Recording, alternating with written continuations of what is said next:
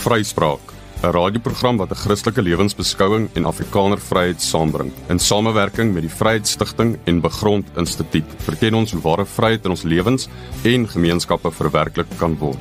Vryspraak, dis hoe vryheid klink.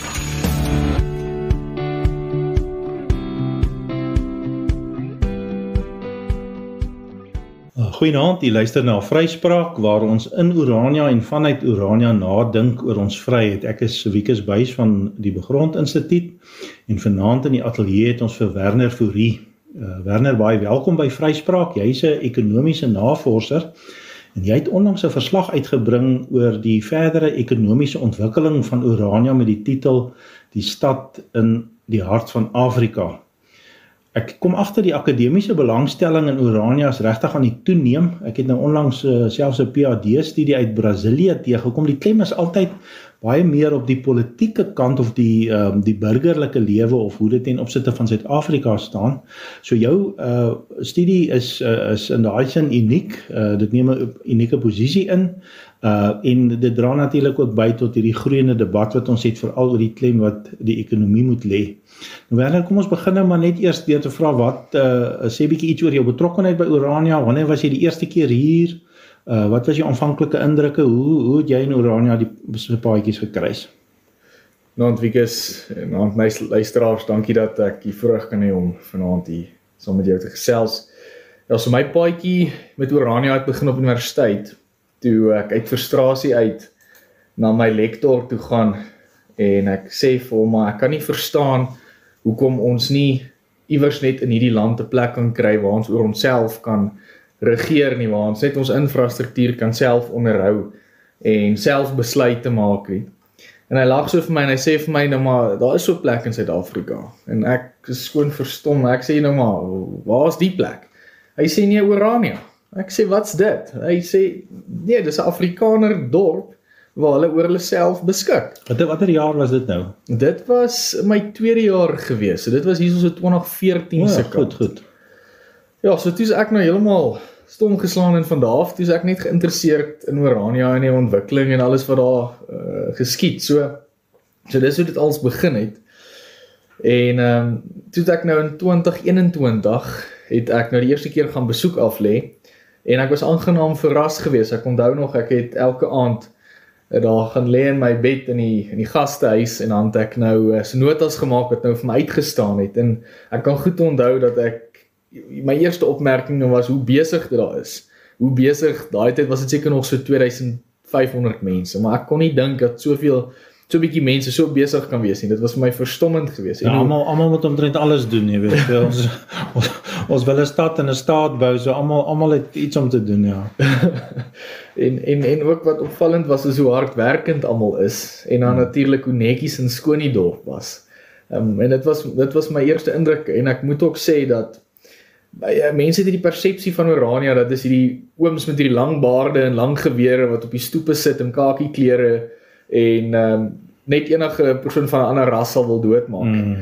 En dit was glad nie so nie. My indruk was dat daar's meer rassiste buite Orania as binne. So dit was ook nogal vir my opmerklik geweest. En uiteindelik het jy toe nou direk die studie aangepak. Hoe het dit nou uitgekom dat jy nou hierdie spesifieke navorsing direk oor Orania gedoen het? Wat is daai paadjie geweest? So op universiteit het ons oor die konsep van landomslotenheid gepraat en dit het my nog altyd geprikkel gegee die geografiese ligging van Orania en hoe die twee dan nou met mekaar verband hou en of daar ooit gedink word rondom die unieke impak wat dit vir 'n ekonomie meebring. So dit was maar die blootstelling ook op universiteit oor hierdie konsep of idee van landomslotenheid. Die fase van die pioniersfase van Orania is eintlik formeel afgesluit. Ek dink as ons nou 10 Oktober oom Paul se standbeeld, se ewebeeld gaan onthul op die komende stadsplein, is dit die formele merker dat die pioniersfase nou af is en ons is nou besig met die tweede fase. Ek noem dit nou maar soms die ekonomiese ontwikkelingsfase. So ons moet wel ook in ons gedagtes dit na vore bring dat in die Afrikanerse geskiedenis het die politieke en die militêre en die ekonomiese altyd in balans met mekaar gewees, maar min kere het die ekonomiese die voortou geneem. En dit lyk tog vir my asof die ekonomiese kant hierdie keer met die tweede fase van Orania definitief die speerpunt en die voorpunt sal moet neem. Wat dink jy is presies die verband tussen die politieke ideaal wat ons het, of die burgerlike ideaal van vryheid, teenoor dan 'n ekonomie vir die Afrikaner? Wikus, ek dink dit is baie belangrik om te besef dat jy kan nie ekonomie hê as jy nie vryheid het nie. En dit kom bloot neer as jy gaan kyk na wat is die kernfunksie in 'n ekonomie van byvoorbeeld 'n entrepreneur. 'n Entrepreneur moet die vryheid hê om te mag eksperimenteer, om met goedere en wat ook al hy tot sy beskikking het, iets na vore te kom om iemand se behoefte of begeerte te wil bevredig. Daai vryheid is van kardinale belang. Die entrepreneur is die ou wat beloon word met winste as hy dit reg kry, dat hy waarde vir iemand bied. En so ook is daar kompetisie en kompeterende faktore wat ander entrepreneurs vir dieselfde behoeftes en begeertes van mense wil kompeteer. Alles op 'n vrye basis. Bloot oor die feit dat hulle word beloon met wins. En dan natuurlik het jy die vryheid van die verbruiker, sy soewereiniteit om te mag stem met sy geld. Sê vir die entrepreneur, ja, jou produk slaag om my behoeftes en begeertes te bevredig, ek soek meer daarvan. Maar hierdie kan net geskied, hierdie hele proses kan net geskied as dit binne vryheid gebeur. En dit is hoe ekonomiese groei basies gebeur in 'n neutedop. So sonder vryheid kan jy nie ekonomiese vooruitgang maak nie. As ons hierdie konsep van vryheid nou net 'n bietjie verder bedink, dis heeltemal bekende klanke wat jy nou sê. Ons het ook groot geword met die idee van die vrye mark as die mees korrekte een. Op Orania lê ons nou die klem nie net op individuele entrepreneurs nie. Ons probeer ook aan die gemeenskapskant, deesdae mag mens daarom ook meer sê volk aan die volkskant aandag gee. En nou is die vraag, hoe balanseer mens die twee? Ons wil nie aan die een kant gereelde sosialistiese, kommunistiese ekonomie het nie. Ons sien dit al hoe meer in die breër Suid-Afrika, die Afrikaner wend om daarteen en draai daarteen. Maar aan die ander kant is daar ook, en dit kom ook uit ons geskiedenis uit, daar's iets wat ons afsit aan die geziglose of die hartelose kapitalis. Ons oupas sou nou nog gepraat het van die Hochenheimers. Daar moet 'n hart wees vir jou mense en vir die gemeenskap. En hoe dink jy gaan ons nou saam met die individuele entrepreneurs, ons gaan net nou weer terugkeer dalk miskien daarna toe, hoe kom die gemeenskapskant in die ekonomie na vore sonder om dit sosialisties of kapitalisties in een van daai twee afgronde te gooi? Ek dink kapitalisme het 'n baie slegte naam gekry en daar is gedeeltes van dit wat nie goed is nie en dit is wanneer dinge uit balans uitraak en dit is juist wanneer die gemeenskap uit die oog gelaat raak, wanneer mense misbruik word of onderdruk word of nie goed betaal word nie. So as ons praat van Ekskuus, laat ek net hier inkom. Wat ek nou bedoel met die naakte kapitalisme is waar die individuele aandeelhouer se winsfaktor is die een en die al. Op Orania sê ons wins is belangrik uit die aard van die saak, maar daar's iets van dat die gemeenskap ook 'n belangehouer is in die ekonomie. Verstaan jy dit ook so? Met ander woorde, dit gaan nie net altyd oor die individuele persoon se wins nie. Alhoewel wins belangrik is. Ja, kyk, wins is definitief belangrik. Ek dink die winsgewendheid is 'n Maar dis die petrol van die engine. Ja, maar dit is ook 'n aanduiding vir wanneer iets werk of nie. Ja.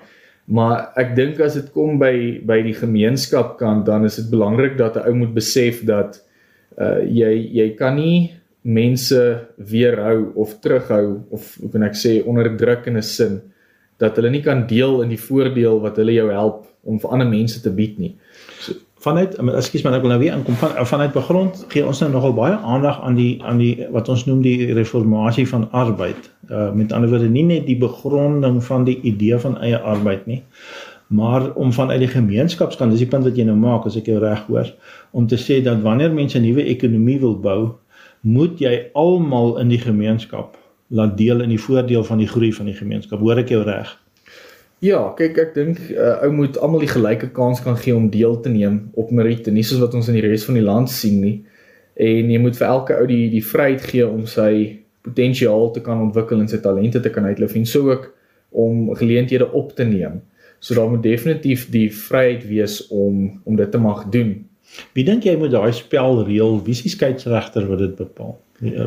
Want dan moet tog iemand wees wat die spelreëls nie net skryf nie, maar ook toepas. Hoe sien jy dit? Ja, ek dink die reëls van die spel word basies neergelê deur die area se grondwet, of in ons geval dan aan die dorpsraad, wat daai reëls moet vassement, maar dit is ook belangrik dat daai reëls nie oop is vir interpretasie in die sin of 'n arbitrasie, dat dit arbitrair is, dat die ou net besluit weet op sy diskresie hoe dit moet wees. So dan moet dus ook saam met daai skeieregter wees, moet daar ook dus regspraak wees. Ja. Maar dit moenie in die sin wees van dat mense net kan besluit die reël pas nou so en so toe op sy goed. Dat in 'n môre verander dit of iets. So iets van wat ons daai van gelykheid voor die reg, dis basies daai punt wat jy sê. Met ander woorde, die spelreëls moet wees, die gemeenskap mag hulle individuele gawes gebruik. Die gemeenskap of die volk is wel 'n aandeelhouer in hierdie groot aanpak. Dan moet 'n ooreenkoms wees dat dit die spelreëls is, en dan moet 'n skeieregter wees wat dit kan toepas, die owerhede en dan in die besonder ook die regspraak. Dit het my opgeval, Werner, dat jy kom met die begrip, jy het dit ook net nou reeds genoem in die insetsel voordat ons na die musiek geluister het, met die begrip landomslotenheid as ekonomiese groeimodel vir Orania. Hoekom dink jy is hierdie nou vir jou so 'n sleutelbegrip vir die verdere ontwikkeling, en miskien moet jy net eers sê, wat bedoel jy nou met landomslotenheid? Wat is daai ekonomiese begrip en hoekom pas jy dit op Orania toe? Ja, so landomslotenheid in kort is net, dit beteken net dat 'n land nie direkte toegang het tot 'n hawe nie, en hy moet basies sy internasionale handel moet hy deur sy buurlande vervoer om dan by ander lande uit te kom. Maar hoekom dit belangrik is die feit dat jy op jou buurman moet staat maak om daai gedeelte van jou ekonomie vir jou te fasiliteer. En die kruks van die saak kom in dat as jy nie 'n goeie buurman het nie, dan maak dit jou mededingendheidsfaktor baie laag in internasionale markte. En dit is basies maar waarop dit kom, en gegeewe in Suid-Afrika se situasie sit ons tans met 'n land wat nie lyk asof dit op hierdie stadium vir ons 'n goeie buurman is nie. Maar ek wil net seker maak dat ek jou nou reg verstaan. Met ander woorde, die begrip landomslotenheid is soos iets wat in my kop nou opkom, dis soos Lesotho of Swaziland, met ander woorde, dit nie 'n hawe nie. Ja. Hulle moet deur Suid-Afrika of vlieg of met die trein ry of met 'n vragmotor ry om dan by 'n hawe uit te kom om in- en uitvoere te doen. Ja. So jy sê, as ek jou reg verstaan, Orania moet op so 'n model oor homself dink, wat dan beteken jy moet my nou reg help, wat beteken dat die Suid-Afrikaanse ekonomie is dan die buurman waarvan jy praat. Ja. En dat ons Orania se ekonomie amper, ek wil nou nie sê op volledige selfstandige terme al sien nie, maar as iets anders dan sien. Met ander woorde, dis 'n eie unieke ding. Ja, dit is presies soos wat Lesotho of Swaziland is.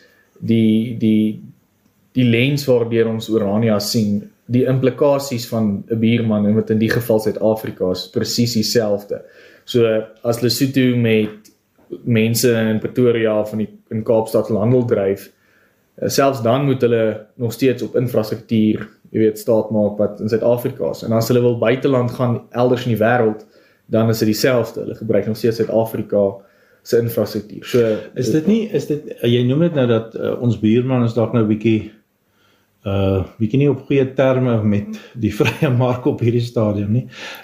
Stel dit nie 'n mens heeltemal bloot nie. Is dit regtig haalbaar? Is daar wêreldwyd, is daar ekonomieë wat landomslote is? Ons nou praat nou naas Lesotho en so. Is daar sterk ekonomieë wat wel so werk? Ja, so gelukkig beteken dit nie jy is verdoem as jy landomslote is nie. Goed, maar jy moet dit in jou ontwerp in ag neem. Ja, wat kom ek nou met 'n voorbeeld, Switserland, Luxemburg en Hongarye is letterlik van die mees welvarendste lande in die wêreld. En hulle is landomslote. Hulle het nie hangowes nie. Ja, maar die verskil is net is hulle bure is lande wat geïndustrialiseerd is en wat daar lank al sterk handelsverhoudinge is wat hulle fasilitering van hulle handel goed hanteer. Maar die feit bly staan is dit beteken nie dat jy verdoem is nie. Dis 'n stel realiteite. Nou goed, as daar 'n oorlog moet uitbreek om Switserland, is dit presies dieselfde implikasies as wat, jy weet, want sy handelsroetes word afgesny. So dit alles gaan oor realiteite en realiteite kan verander. So ook in Suid-Afrika kan sekere realiteite ook verander, al lyk dit nie op hierdie stadium so nie. Om 'n bietjie verder op hierdie punt te gaan, jy het nou in jou studiestuk baie, in jou navorsing baie oor die huidige bedreigings en geleenthede vir urania op ekonomiese terrein na gekyk. Wil jy nie bietjie meer uitbrei op dit nie? Dit sluit nou aan by die landomslotenheid. Wat sien jy is die bedreigings en die geleenthede vir ons tans? So die grootste, dis eintlik tweeledig die bedreiging. Die grootste ene is natuurlik die infrastruktuur na buite toe. So met ander woorde wat jy bedoel sê, ons pad Kimberley toe en ons pad Kaapstad toe het gehad, ons kan nie ry nie. Dis wat jy sê. Dis ons het ons plaaslike nie ons eie infrastruktuur. Ja, nie ons eie infrastruktuur nie. Ons buurman se. So ons buurman in Suid-Afrika. So wat ek sê is wat ek nou opmerk is dat jou infrastruktuur buite jou grense om handel te dryf. As dit swak is, maak dit moeilik. Ons het 'n treinspoor 23-24 kilos van Orania af. Nou, verstaan die regulatoriese omgewing op die stadium laat ons net nie nou toe om vrylik te gaan en te sê ons wil ons eie stasie opsit en daar loop treinspore elke dag daar verby wat ons maklik met ouens in Gauteng in die Weskaap kan handel dryf of elders in die land nie. Maar soos ek sê, dis 'n realiteit wat kan verander, maar die risiko is dat daai infrastruktuur is 'n voorbeeld van goed wat nie werk nie en hoe dit ons negatief kan beïnvloed. So dis die een ding.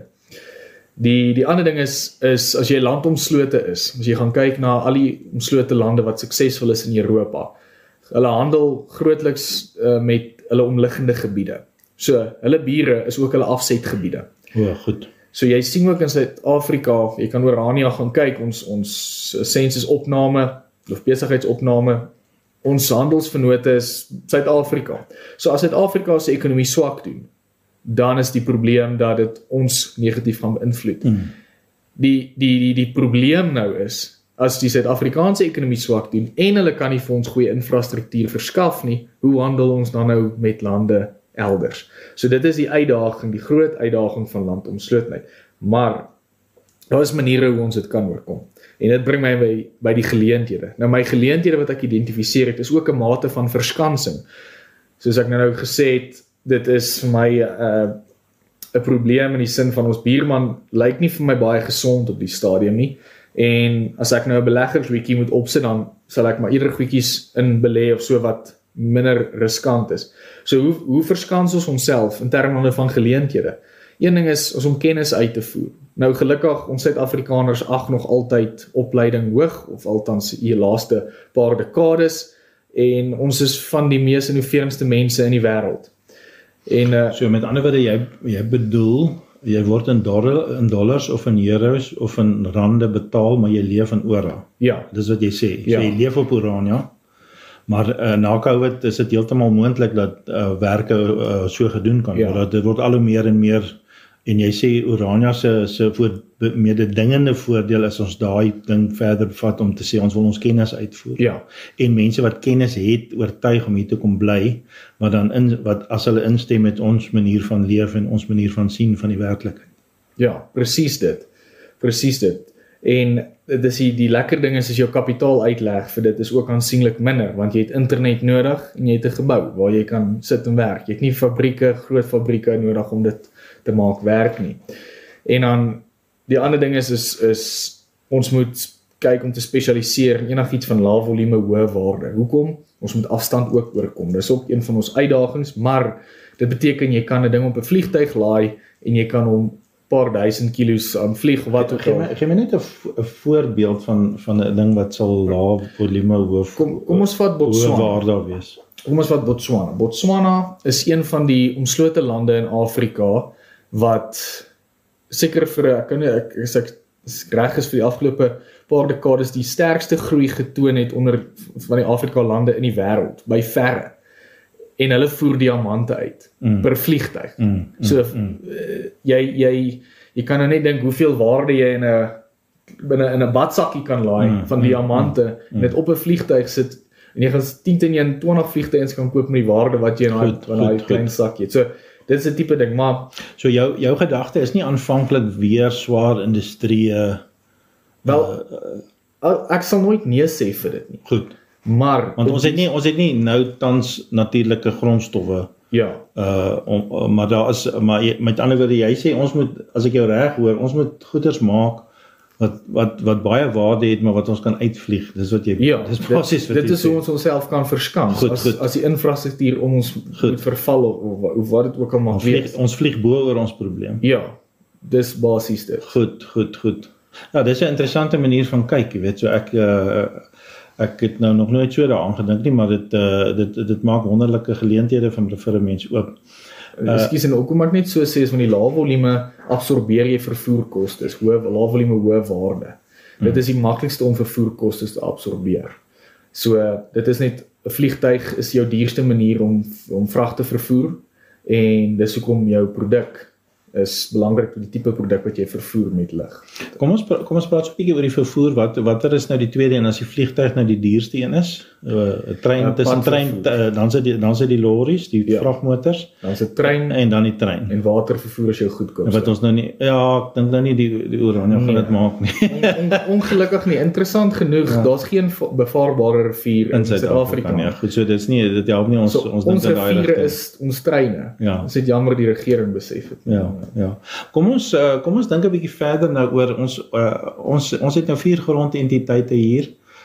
Maar ons op Oranje maak nou geen geheim daarvan dat ons grond wil bykoop nie. Ons glo aan die bekomming van grond deur dit te koop en dan te bewerk. Maar ons het definitief vanuit die verbond die nageslag op oog met ons ekonomiese aangeleenthede. En nou is as ek jou nou reg hoor, het jy gesê met landomslotenheid beteken dit ons het nie 'n hawe nie, maar ons moet so posisioneer dat ons aan die naaste hawe kan kom, of alternatiefelik moet ons met die vliegtuig bo oor dit vlieg, of as ons buurman se netwerk werk, dan kan ons die spoorlyn gebruik. Maar nou bring dit ons by die vraag, hoeveel grond het ons nodig? Met ander woorde, ons weet hoeveel het ons tans. En daar's nou meer grond al in Oranje se besit as wat daar sê maar huise en goeders is, maar hoeveel grond het 'n volk nodig? Ek sal nie spesifieke nommer op dit sit om te sê dat jy moet jouself beperk nie. Ek dink ons definitief 'n minimum hoeveelheid. Wat dit nou is ek nie seker nie, maar ek sal nie sê ons moet ons ooit beperk op 'n maksimum nommer nie. Wat my gevoel is ons ons moet selfs druk om tot by die kus uit te kom. Hoekom? Watter hawe bedoel jy nou? So dan sit 'n seehawe waar ons kan vrag vervoer, maar ek sal sê ons moet verbyde mik. Met ander woorde, wat as ek jou hoor, is dit dis 'n bietjie verder as wat ons tans aan dink. Kyk, toe Oranje begin het, was daar die groter idee en toe kom die swaar pioniersjare en dit het die huidige Oranje na vore gebring. Maar dis miskien dalk tyd om weer groot te dink. So jy dink aan 'n korridor. Uit die aard van die saak sal dit polities beding moet word. Ons los dit nou vanaand uit die gesprek uit. Ons praat eintlik nou net van ekonomiese sienings dat as ons sal wil uitbrei, dan moet ons dink dat ons in die rigting van 'n hawe uitbrei. Ja.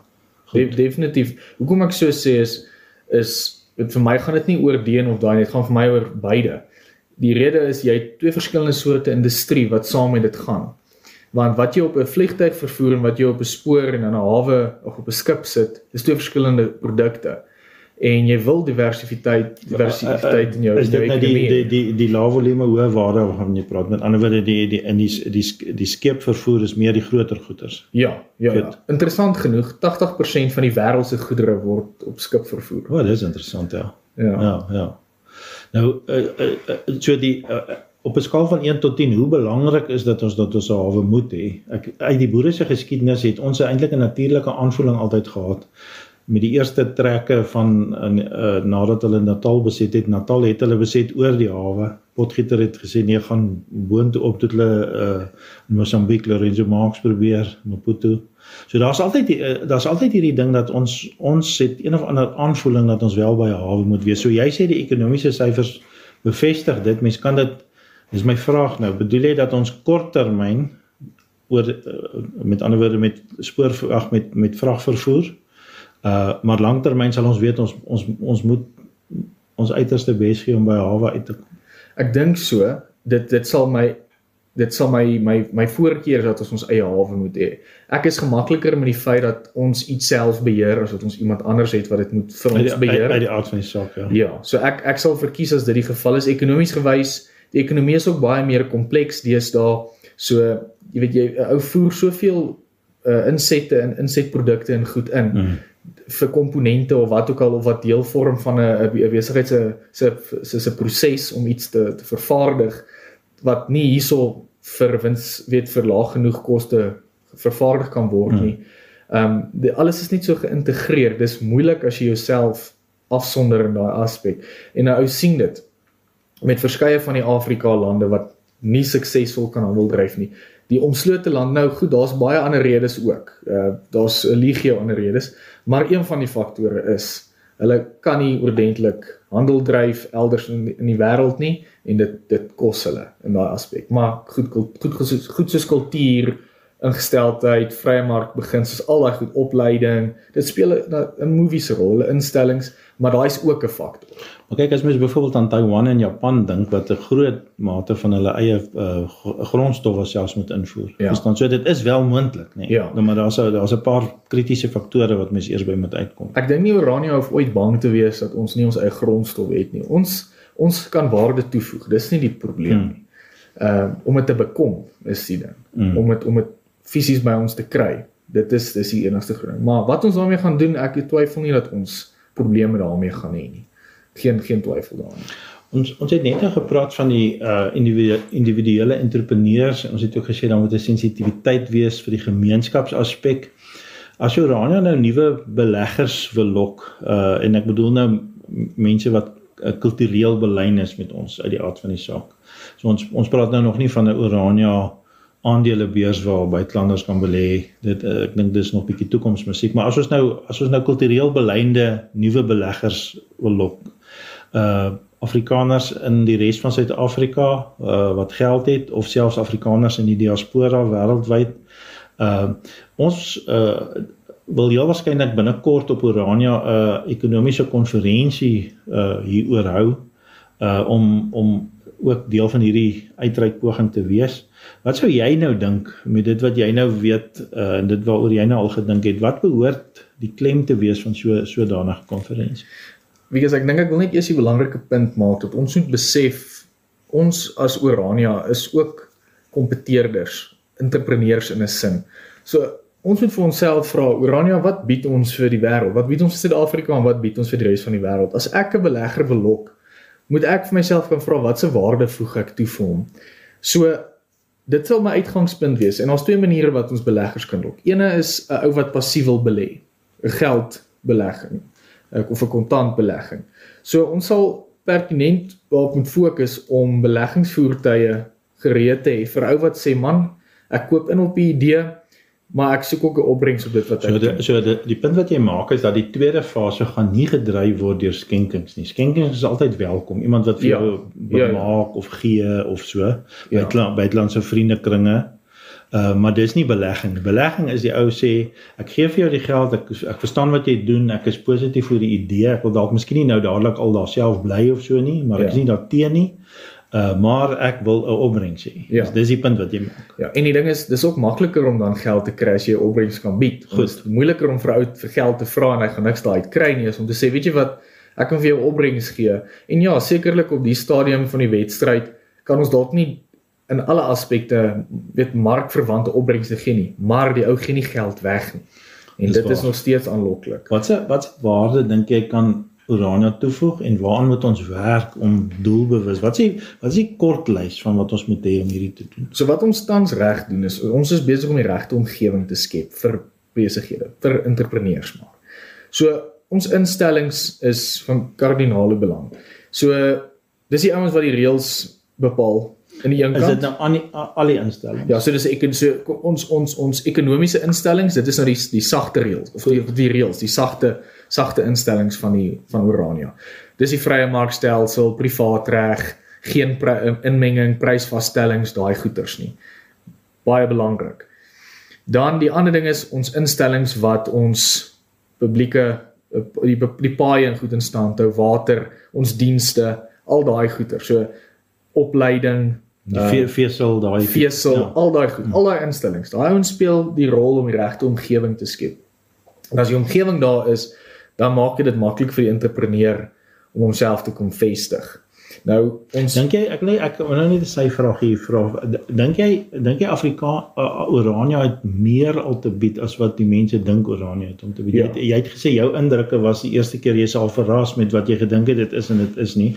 So jy dink hierdie konferensie moet in 'n groot mate ook wanpersepsies uit die weg uit. Met ander woorde, ons het alreeds meer om te bied as wat die mense dink ons het. Ja. 'n Simpel voorbeeld is veiligheid. Goed. Jy het nie eens versekering nodig vir diefstal nie, want dit is so klein.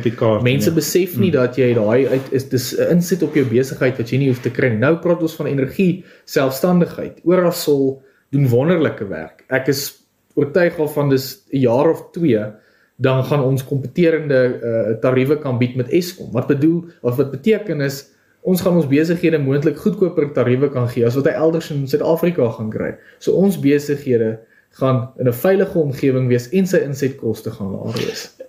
Kom ons praat nou maar oor die dis altyd maar ons gesprek vanuit Orania, die olifant in die vertrek. Die arbeid is tog duurder.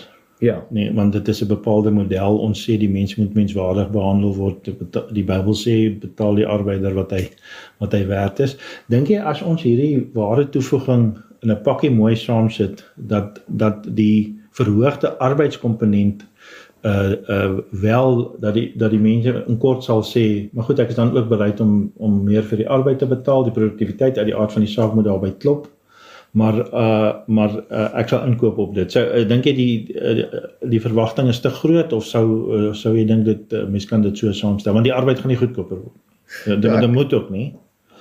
Ja, okay, ek dink dit gaan maar vir 'n sakeman gaan dit neerkom wat op einde van die dag moet daai sake onderneming wins maak. Hy moet klop, ja. Hy moet klop. So ek dink wat 'n ou moontlik sal kry is jy sal nog ouens kry wat sê, weet jy wat, vir die saak daarvan sal ek daai koste kan absorbeer. Maar as 'n persentasie aan hoe ver hy kan. Ja, hy sal vir homself sê, okay, ek verstaan die opset, ek kan dalk nog 'n buffer van 15 of 20%. So mekanisasie en produktiwiteit moet ons opstoot. Maar dit ons sal moet. Maar gelukkig, dis nie noodwendig ons probleem nie. Dis die entrepreneur se probleem. So hoe groter Orania word, hoe meer kompeterend gaan dit raak. En so gaan mense sien, maar as daar 2-3 ouens is wat dieselfde ding bied in Orania vir dieselfde mark.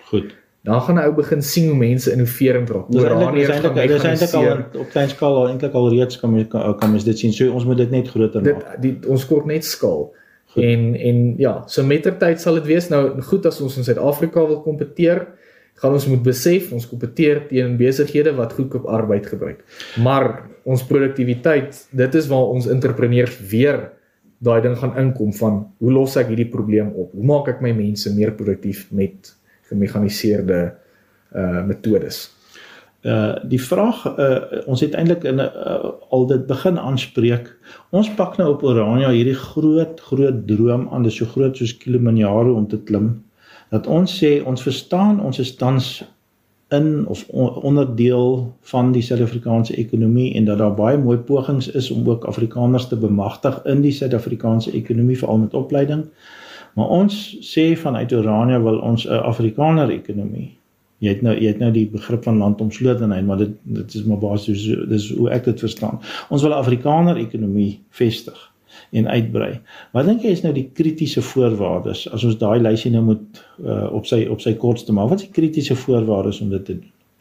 ek dink dis weer, ek dink ek wil net teruggaan weet wat ek verwys eerder na wat ek vroeër gesê het, dit gaan oor die omgewing wat ons skep. Dit stel die voorwaardes en dit is goed soos ons instellings, weet weer eens, wat is die spelreëls en die ouens wat die publieke dienste lewer en die infrastruktuur in stand hou. En dan sal ons naderhand nog goed soos met kapitaalvorming, ouens wat jy weet, daai kon ek sê die brandstof gee vir 'n besigheid om beskryf net bietjie vir ons wat is die wesenlike van kapitaalvorm? Wat is dit? Dit klink vir my soos geld maak, maar wat beteken dit? Ja, so dit basies stel die entrepreneur in staat. Moet ons geld druk? Nee, asseblief nie. Dit sal so sleg en inflasionêr wees vir ons mense. Ons moet net wegbly van. Ek grap sommer. Goed, hoe vorm is kapitaal vir rondom hierdie idee van 'n Afrikaner ekonomie? Wel, dit gaan weer eens kom op geleenthede en wat is daar om vir mense te bied. Dit is waaroor die hele ekonomie gaan, is watse waarde kan jy toevoeg. So in kort sê jy dat as mense met geld, as jy by die regte adres kom en die regte ore en jy het 'n pakkie wat jy sinvol aanbied, professioneel, jy hoef nie en jy mag nie jou beginsels inboet of iets nie, jy hoef nie agterdeure in te bou of die ou skelm aan die kant inklim of iets nie. Dis Orania met sy eie instellings, eie grond, eie arbeid, maar jy sê dit is doenbaar as ons dit dan ook vanuit die instellings, die spelreëls wat bewaar moet word en dan kapitaalvorming. Sê net vir my, hoe belangrik is dit vir die tweede fase hierdie kapitaalvorming? Met ander woorde, ons gaan heel waarskynlik miljarde euro's nodig hê om hierdie plan te maak. Ja, kyk, ons gaan nie kan dit doen sonder om die nodige kapitaalinspuiting te kry nie. So dit gaan letterlik die brandstof wees vir verskeie goed, selfs net ons instellings, ons opleiding, dit is nou die ouens wat die omgewing skep, weet opleiding, jy weet polisieering, nooddienste, veiligheidsdienste, die mediese dienste, al daai basies goed, dan skep ons nog nie die omgewing, as dit nog nie is die entrepreneur wat sy idee wil gaan toets met die mark nie. So in elke faset, oral gaan jy kapitaal nodig hê. En dit is van kardinale belang vir ons vooruitgang, maar die feit bly staan is, as jy kan waarde toevoeg, en jy kan dit winsgewend doen, dan gaan jy heel moontlik regkom met iemand wat vir jou sal sê oor ek wil graag belê in die geleentheid. Wat kort ons nou sê maar nou nie in die kort termyn, maar in die medium termyn? Dink jy iets soos 'n ontwikkelingsbank, watter goeders kort ons wat ons nou nog nie het? Ons nou gepraat oor 'n lughawe, maar dis groot drome vir ons van Orania, of op Orania van 'n pioniersfase af tot om te dink internasionale lughawe. Dis vir ons 'n groot stap, jy weet. Ja, ek dink op die kort termyn iets soos 'n ontwikkelingsbank sal vir ons van groot waarde wees. En ek dink ook nou is 'n guldige geleentheid daarvoor. So dis iets soos OSK, maar dan gerig op die kommersieel. Goed, ek verstaan. Ja. Want wat ons nou byvoorbeeld kan sien is, weet Amerika sê nou byvoorbeeld, hulle gaan nou al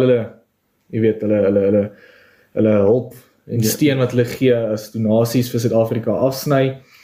Maar jy weet en hulle wil vir die Afrikaners nou as vlugteling absorbeer daar in Amerika. Maar die voordeel wat ons het is, ons sê vir hulle, maar ons wil hier voortbestaan maak. Kom help ons hier, en as ons 'n ontwikkelingsbank het, dan kan ons daai selfde argument wat ons voorvan gepraat het, is, moenie vir my geld gee nie, leen my geld. Ek gaan vir jou opbrengs gee. Goed. En die ouens het diep sakke. En jy dink nou na Trump se optrede dat hierdie vir ons beduidend moontlik word? Ja, as ons onsself reg posisioneer, definitief. Die deure is daar, dis oop, die kanale is daar. Ons moet onsself net reg posisioneer, ons moet 'n proposisie maak. En dis weer kom. So dis nie skenkings nie, dis nie armoede hulp vir 'n nee, ons staan nie bakkant nie. Ons sê nee, ons het 'n ontwikkelingsbank, maar julle kan daar belê, maar jy kry wel 'n opbrengs terug. So dit's 'n manier van kapitaalvorming. 100%. Ons kan selfs na hulle toe gaan en sê help ons om 'n ontwikkelingsbank te stig. Ja. In watter mate het mens nog beheer dan oor die goed wat aangepak word, of sê jy dit is die spelreëls waaronder dit val, dat daai owerheidsorde is bydien vas, dit is deel van die spelreëls. Ons gaan moet bepaal wat se waarde wil ons vir hulle bied. Goed. En dan is hulle bereid om dit op ons terme te aanvaar. Goed. Ja, dis 'n interessante moontlikheid nie, daar begin dan nou groter goed oopgaan vir ons waaraan ons nie gedink het, sê maar selfs 'n maand terug nie, wat werklik vir ons so opgewonde maak. Ja. Wat is die gevaar van te klein dink? of te groot dink. Met ander woorde, daar's altyd 'n ding van die volgende stap. Orania is baie sterk op, okay, maar vat net die volgende stap. Ja. Maar en ons het in 'n droom die eindpunt, maar die eindpunt is vir ons baie ver. Hoe moet ons die twee goed bymekaar bring? Die eerste stap en die laaste stap in die wenstreep. Ek dink dis om met die begin of met die einde te begin en dit net stap vir stap te bly vat. So as ons 'n lughawe wil maak, moet ons nie sê ons wil 'n aanloopbaan bou nie. Ons moet van die begin af sê ons wil 'n lughawe maak. Al bou ons eers 'n aanloopbaan. Ja, ek dink my sieningsvlak sê ons moet modulêr groei. Goed. Ons moet die hele ding klaar uit kan ding. Ons moet sê, daai is ons hele universiteit wat ons wil bou. Maar ons gaan nie nou... Maar hierdie is nou die volgende steen. Maar hierdie is die volgende steen vir goed. 50 studente. Goed. Maar daar's 'n stuk grond uitgesit en gesê, hier kom universiteit vir 15,000 studente. Maar ons is nie nou daar nie, maar ons is nou vir 500 of vir 50. Dit kan my gerus in daai sin dat jy ons het dit al nou ten minste vir die stadsmodel. Maar is dit nie tyd al vir Orania 2 nie, Orania 3 nie? Moet ons nie al begin dink op die Israeli model wat verskillende groeipunte gestig het wat na mekaar toe groei nie? Dis 'n interessante idee. En as 'n ou vir my vra Orania 2, dan sal ek natuurlik eers sê, weet ons moet hom definitief by 'n kusgebied sit waar ons verseker kan wees van 'n hawe ook. Maar ek is wel nie seker waar 'n ou in ons nou, kom ons sê 30 km radius waar presies sal sit nie. Maar ou sal ook dink nader aan die hoofpad of so iets, want jy's op 'n voerroete. Maar ek dink vir nou, dis dit belangrik dat ons eers net ons bloudruk reg kry. Goed. Ek dink ons verfyn nog die bloudruk, ons verfyn nog ons model. En dan kloon. En dan kan ons kloon. Ek dink ek's nog nie seker ons is heeltemal daar dat ons die bloudruk het nie, maar ek is seker daarvan ons is naby. Wanneer ons sien Orania begin baie momentum kry wat ons nie noodwendig skenkings meer nodig het en sulke goed nie, wat hy begin regtig geld in kapitaal trek homself, dan kan ons sê, okay, hoor hierso is iets wat goed werk. So ja, nou sal ek net sê bloudruk is nog 'n entjie wat ons nou nog lang werk. Ek wil net so teruggaan op 'n ander punt van jou wat jy gemaak het oor die netto uitvoer van kennis. Dit is met ander woorde 'n produk wat ons lewer, maar dis met ons breinkrag. Sou jy dink die goeie soos jy het nou genoem van die son orasol en die energie selfstandigheid, ek dink aan so iets soos voedselsekerheid wat ons ook nog nie by is op Orania nie. Ons voer nog al die meeste van ons kos voer ons nog in, of die veselnetwerk. So jy dink dit is stitpale tot hierdie of dink jy dit is maar 'n pakkie, alles is ewe belangrik gelyktydig? Ek sou sê alles is ewe belangrik gelyktydig. Ek dink alles werk amper in 'n stelsel saam. Ek dink nie die een is nou, jy weet, kan nie geskied sonder die ander een nie, maar dit hou bepaalde risiko's in as ons nie die een het nie. Nou natuurlik vir kenniswerk het ons veselnetwerke nodig. Om te oorleef het ons voedsel nodig. Maar ons sal moet definitief kyk dat elkeen as 'n saak op sy eie hanteer word en uitgebou word.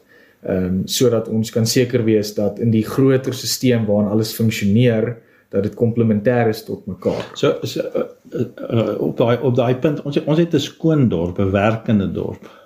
Maar dink jy deel van die pakkie om hierdie waarde toevoeging te doen, dat ons nog aan die estetiek kant moet aandag gee? Dis moeilik want dit is duur oral wat ons moet uithaal om 'n standbeeld op te sit of nog bome te plant.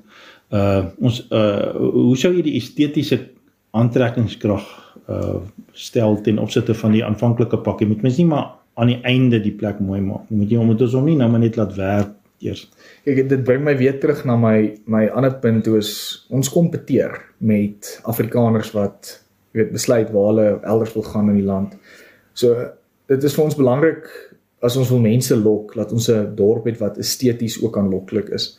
Ek het so 'n bietjie gaan rondlees en gaan rondkrap en ek het gaan kyk na hoe ander lande hulle self posisioneer om byvoorbeeld internasionale besighede te lok. Ons is nou nie wat ons regtig so seer nou wil hê 'n ander besigheid van 'n ander land moet homself nou vestig en aan sy werkers. Ons doen nie. Maar dit gaan oor hoe hulle self aanloklik maak. Ja, maar een van die dinge is hulle is ingestel op hoe mooi hulle land is. Hulle natuurskoonheid, daai goeders, hoe hulle dit beklemtoon in die estetika en dit lok mense. Onthou as 'n ou sy besigheid skuif, moet sy werkers gelukkig wees. Goed. So dis vir ons van kardinale belang om seker te maak. En jy sê dis van stap 1, ons moet van die begin af doen. Ja, stap 1, onthou 'n boom vat lank om te groei. Ja. So as ons moet al die bome plant sodat dit kan oor 'n paar jaar net groener en groener raak. Ons staan na die einde se kant toe. Tweede laaste vraag, jy het nou op sekere aspekte gefokus met jou ekonomiese navorsing, maar daar's nog baie werk oor om te doen. Wat sou jy aanbeveel, sou ander navorsers, watter temas en terreine kan daar nog na gekyk word op ekonomiese navorsing? Ek dink is belangrik dat ons moet besef, ons op hierdie stadium is ons, in 'n mate nog afgesonder, en ver van groot markte af. So 'n vervoernetwerkstrategie, hoe ons daai ding kan uitwerk, sal goed wees vir ons besighede. En omdat ons kompeteer, omdat Orania kompeteer, moet ons ook dink aan iets soos ons eie bureau vir standaarde, om die standaard buite te stel dat as jy 'n produk of 'n diens hier in Orania koop, stel dit 'n sekere standaard, en mense wil daai produk want hulle weet dis hoë gehalte. So amper met ander woorde, ons het dit eintlik in sekere van die opleidingsinstellings dat die mense begin vra vir daai instellings se studente. Dis met jy sê ons moet dit met die vervaardigingssektor ook. Ja. Goed. En dan natuurlik iets soos 'n ontwikkelingsbank, navorsing kan in dit ook ingaan. En dan kan ons selfs verder eksperimenteer met ons grondgebruikstelsels. Iets soos huurpag is iets wat die laaste tyd op my radar gekom het wat ek dink vir ons kan help om kommersiële kapitaal te kry. Of dit makliker te kry, want besighede is baie meer vertroud met 'n huurpagstelsel om kapitaal neer te sit. So, dis die tipe goed wat ek dink ons nog verder kan navorsing doen en kyk. Jy luister na Vryspraak. Ons het as gas gehad vanaand vir Werner Fourie, ekonomiese navorser wat spesifiek fokus op Orania en Orania se ontwikkeling. Werner, baie dankie dat jy saam met ons gekuier het. My laaste vraag is nou 'n bietjie meer van persoonlike aard. Maar jy's nou 'n jong Christen Afrikaner, sal jy ook Orania wil kom bly? Ja, definitief, dis die toekoms. Ja. Nee, maar dit is mooi om te hoor en nogmaals baie dankie en ons waardeer dat jy ook jou gawes met ons en ons droom deel. Dankie. Dankie Wikus.